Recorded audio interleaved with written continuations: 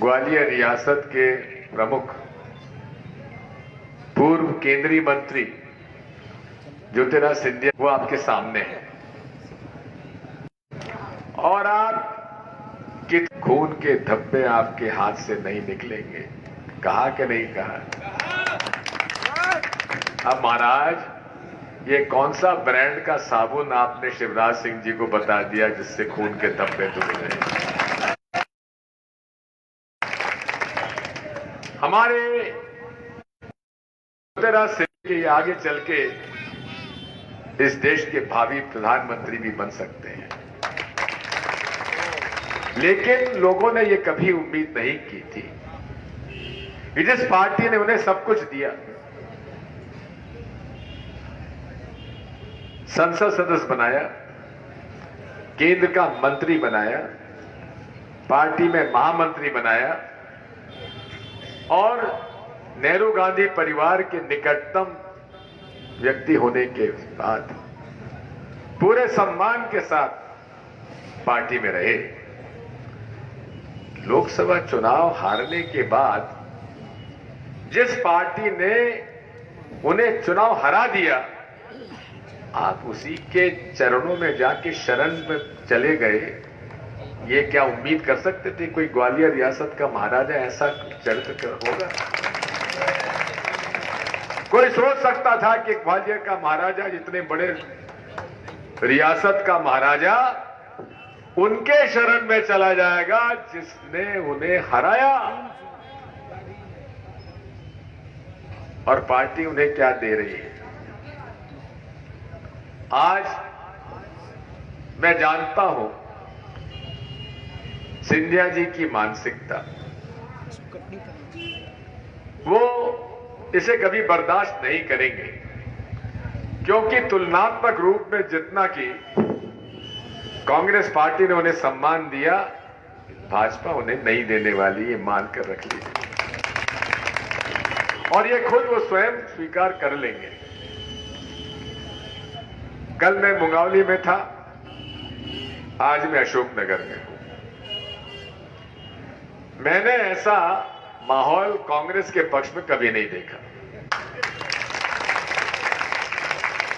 मुझे याद है 77 का चुनाव था, मैं पहली बार चुनाव लड़ रहा था कांग्रेस पार्टी से। जनता पार्टी की लहर थी, हमको गांव में घुसने नहीं देते थे, लेकिन उस समय शाडोरा से हमारा खुशहाल चुनाव लड़ रहा था, मुंगावली से कलेक्टर दांगी चुनाव लड़ रहे थे। कलेक्टर सिंह दांगी 700-800 वोट से हार गए और खुशहाल तो बेचारा 100-125 वोट से हार गया और मैं 2,25,000 वोट से जीत गया। लेकिन सिंधिया जी के आने के बाद खुशहाल जैसे एक सच्चे ईमानदार राजनेता को टिकट तक नहीं मिला। टिकट कौन ले गया? ग्वालियर से आकर कोई आया और उसको टिकट मिल गया। उन्होंने इज्जत नहीं दी। इसी प्रकार कलेक्टर सिंह दांगी भी को भी टिकट नहीं मिला। न जाने क्या पसंद थी जो उन्हें ईमानदार राजनेताओं की आवश्यकता नहीं थी। कांग्रेस ने उन्हें पूरा समय दिया, पूरी छूट दी।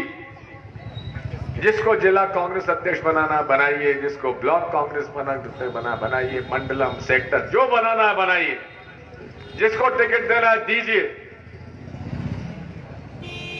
जब ही वो भाजपा में गए तो दिल्ली में नेता लोग कहते थे वहां तक कांग्रेस समाप्त हो गई, कांग्रेस खत्म हो गई। लेकिन कांग्रेस इतनी कमजोर नहीं है किसी एक व्यक्ति के जाने से कांग्रेस खत्म हो जाए। आज मैं कहता हूं कांग्रेस और मजबूत हो गई। आज हम लोग आजाद हो गए। 77-80 के बीच में मैं विधायक था। मैं यहां आता था, कैलाश शर्मा जी हमारे जिला कांग्रेस के अध्यक्ष थे, स्वर्गवास हो गया उनका, हमें इस बात का दुख है। ये हमारे मंच पे बैठे हुए प्रेम नारायण जी, रमेश नायक जी, ये सब लोग हमारे साथ हुआ करते थे। कैलाश त्रिपाठी तो उसका देहांत हो गया, अकबर मियां थे, ये सारे इनके राजेंद्र के पिता बलबीर, ये सब लोग, हम लोग कांग्रेस के लिए काम करते थे।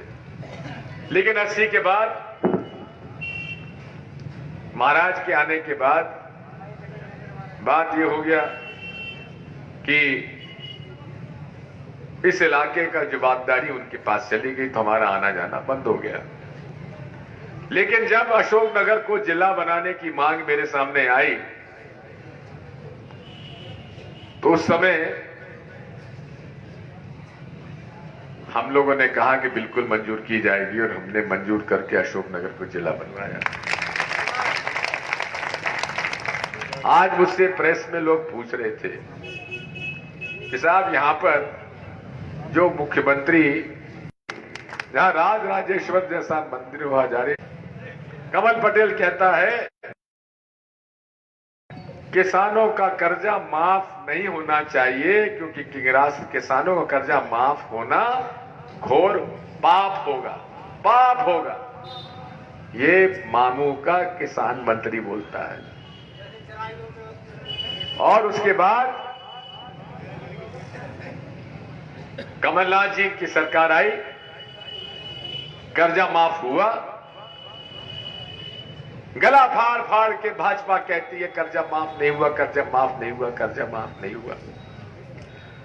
विधानसभा में जयवर्धन के प्रश्न पर स्वयं कमल पटेल ने कहा 27 लाख किसानों का कर्जा माफ हुआ, 11,600 करोड़, और 1 जून से 1 लाख रुपए तक का कर्जा और माफ होना था, और अगले अक्टूबर से और दिसंबर तक 2 लाख का कर्जा माफ होना था।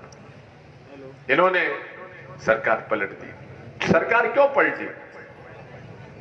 उसके पीछे कारण है, 15 साल के भ्रष्टाचार के पन्ने खुलने लगे थे। व्यापम के मामू घबराने लगे थे। किस कदर मध्य से पैसा ले लेकर व्यापम में इन्होंने नौकरियां दी, और मध्य प्रदेश के युवकों को नौकरियां नहीं मिली। कांग्रेस के 10 साल में हमने शिक्षक कर्मी बनाए कि ना बनाए, गुरुजी नियुक्त किए कि नहीं किए, पंचायत सेक्रेटरी बनाए कि नहीं बनाए, आंगनबाड़ी के कार्यकर्ता बनाए कि नहीं बनाए, सेविका बनाए कि नहीं बनाए। कोई बाहर का आया क्या? यही गांव के लोगों को रोजगार मिला, शहर के लोगों को रोजगार मिला, स्थानीय लोगों को रोजगार मिला।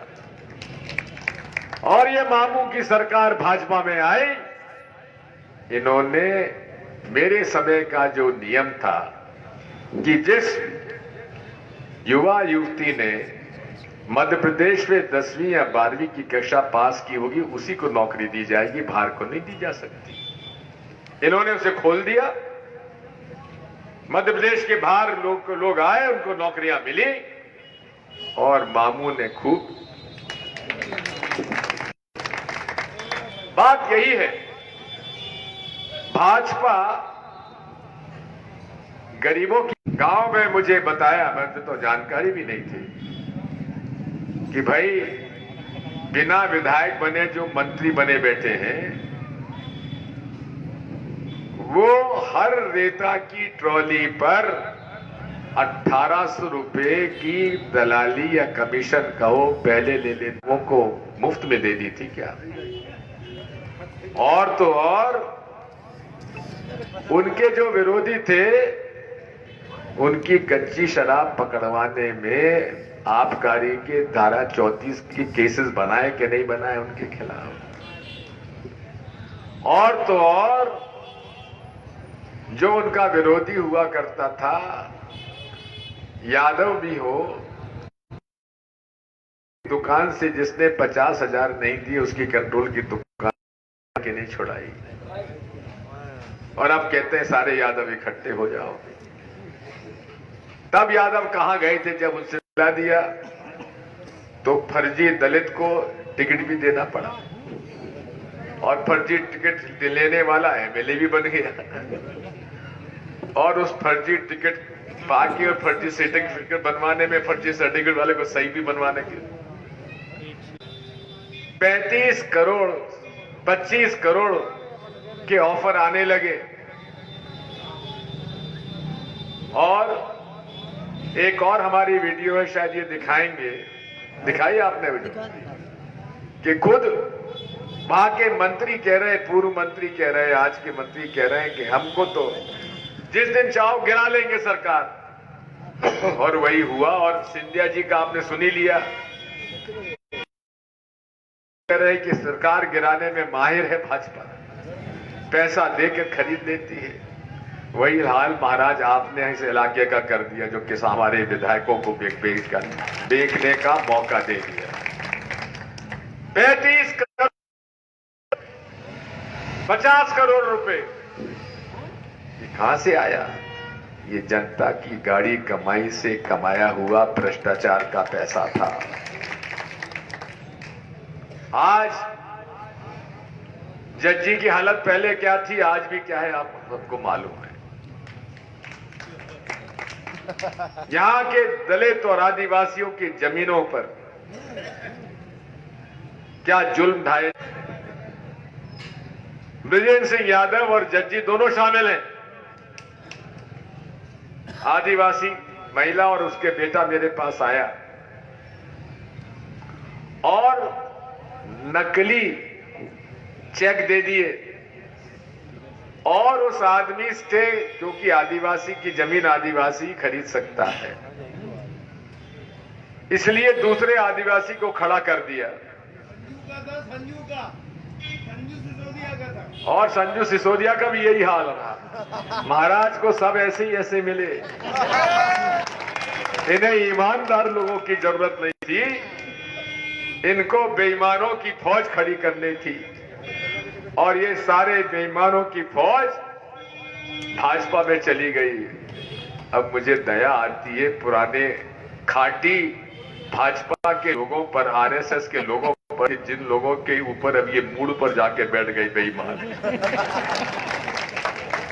जो लोग चाल चरित्र और चेहरे की बात करते थे, वो आज क्या भुगत रहे होंगे वो आपके सामने है। मैं तो उनसे कहता हूं कि ये समय है लोकतंत्र बचाने का। मैं उन सब से अपील करता हूं, कांग्रेस के लोग तो कांग्रेस का आशा को जिताएंगे, मैं ईमानदार भाजपा के लोगों से भी मांग करता हूं, संघ के लोगों से भी मांग करता हूं।